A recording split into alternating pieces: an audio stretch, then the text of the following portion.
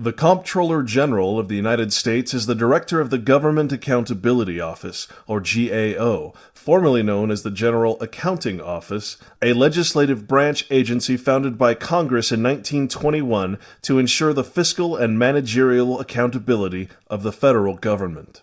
The Comptroller General has the responsibility to audit the financial statements that the Secretary of the Treasury and the Director of the Office of Management and Budget present to the Congress and the President.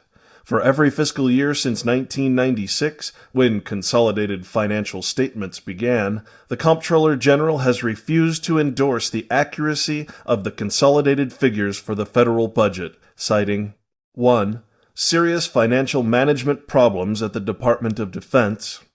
2.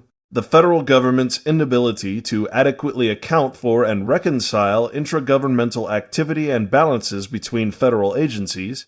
And 3. The federal government's ineffective process for preparing the consolidated financial statements. The following is a short interview with myself and former U.S. Comptroller General David Walker. Does this precedent set by the Supreme Court have to do with taxpayer money? To get the answer to this, let's take a look at the Sunshine Review. Here we have Delaware taxpayer-funded lobbying. Taxpayer-funded lobbying is the practice of engaging in lobbying activities as a public entity. This is done by counties, cities, school districts, public facilities, and many other entities that receive taxpayer money through public funds. This is controversial because the agenda being lobbied for are not decided by taxpayers, whose money is used for the practice. This means the outcomes of lobbying are sometimes opposed to the constituents' benefit. In other words, taxpayer-funded lobbying is not in the interest of the voting tax-paying public. But let's take a look at another state's taxpayer-funded lobbying. California has the same definition for taxpayer-funded lobbying, meaning that the outcomes of such lobbying are sometimes opposed to the constituents' or taxpayers' benefit. Lobbying the federal government by state and local entities totaled $84.2 million that year. This is the money that's being donated to campaigns. This is the money that's paying for votes. This is the money that is paying for politicians. When we go to California taxpayer-funded lobbying on the Sunshine Review, here we have a list of taxpayer-funded lobbying associations. Remember, an association is a corporation. The following is a list of California taxpayer-funded lobbying associations by type. Here we see lobby after lobby for employees of government-related jobs. Washington, D.C. isn't the solution, it's the problem. Liberty is being assaulted at every turn, while Congress buries us in debt. The Founding Fathers knew this might happen. Article 5 of the Constitution gives the states the power to stop a runaway federal government, a convention of states to amend the Constitution. It's the only solution as big as the problem. It's time to stand up, speak up, and show up. Join us at conventionofstates.com.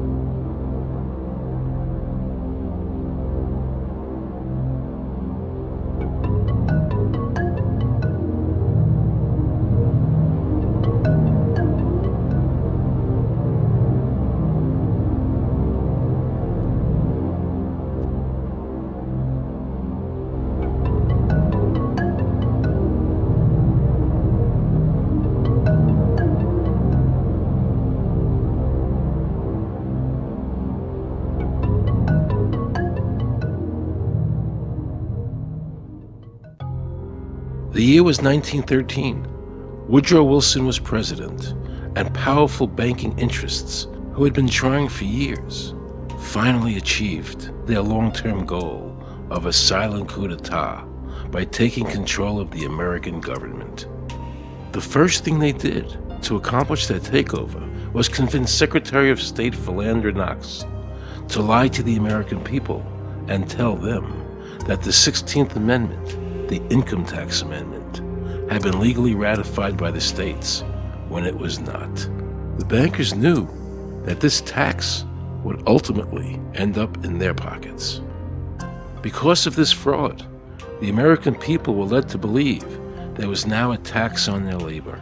Congress and the President are completely aware of this fraud, and it was even cited in a recent court case.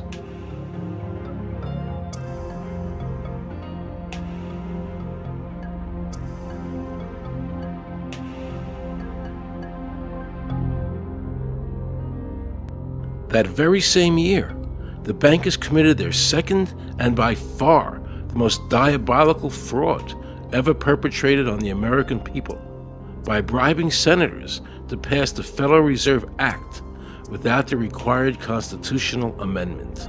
All in favor, say aye. They did this during Christmas vacation, when many senators were home celebrating the holidays with their families. And that's how the unconstitutional Federal Reserve Act came into being. They were very clever, and they understood that whoever issued the money for America would control the government. The bankers won, and the American people lost, because most politicians will sell their soul for $1. And now the Federal Reserve could issue dollars legally. As Mayer Rothschild said, "Give me control of a nation's money supply, and I care not who makes its laws." He knew that he and the other bankers would now control the laws of the nation.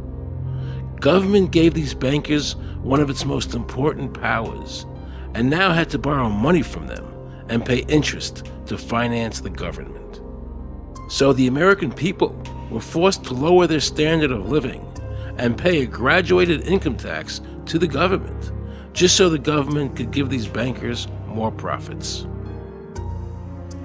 President Woodrow Wilson, who signed the Federal Reserve Act into law, later said, in regret, "I am a most unhappy man. I have unwittingly ruined my country. A great industrial nation is now controlled by its system of credit. We are no longer a government by free opinion, no longer a government by conviction and the vote of the majority, but a government by the opinion and duress of a small group of dominant men."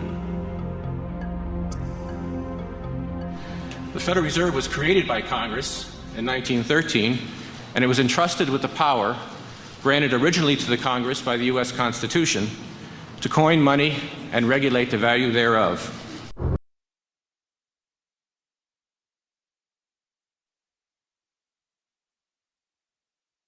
I really expected that, of course, there's a law that you can point to in the law book, the code that requires you to file a tax return. Of course there is.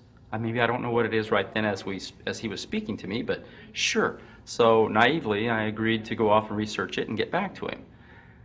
3.5 months later, I was at that point where I couldn't find the statute that clearly made a person liable, at least not me and most people I know. And I had no choice in my mind except to resign. I had to leave the IRS because I presented evidence that I had accumulated indicating that the agency was violating the law and violating people's rights. And I asked the agency for a response to my sincere concerns. And the answer I got was that they would not respond to my concerns and that they would provide me with the paperwork necessary to tender my resignation. But We the People Foundation for Constitutional Education put a full-page ad in the USA Today on July 7, 2000. And within the body of that ad was a $50,000 challenge for anyone that could show the law. And to me, $50,000 is a lot of money. So I went after that and did the research based on the fact that I thought, let's put this baby to bed. I'm hearing all these rumors. I'm going to kill 2 birds with 1 stone. I'll answer these people's questions that are asking me, and then I'll win this $50,000. And, based on the research that I did throughout the year 2000 and that I'm still doing, I have not found that law. I've asked Congress, we've asked a lot of people in the IRS commissioners, helpers. They can't answer, because if they answer, the American people are going to know that this whole thing is a fraud.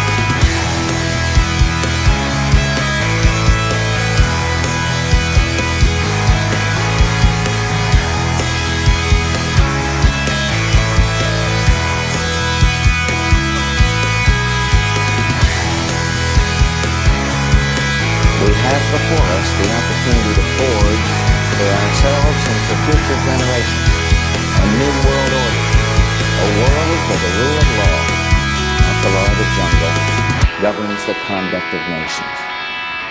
When we are successful, and we will be, we have a real chance at this new world order, an order in which a credible United Nations can use its peacekeeping role to fulfill the promise and vision of the UN's founders.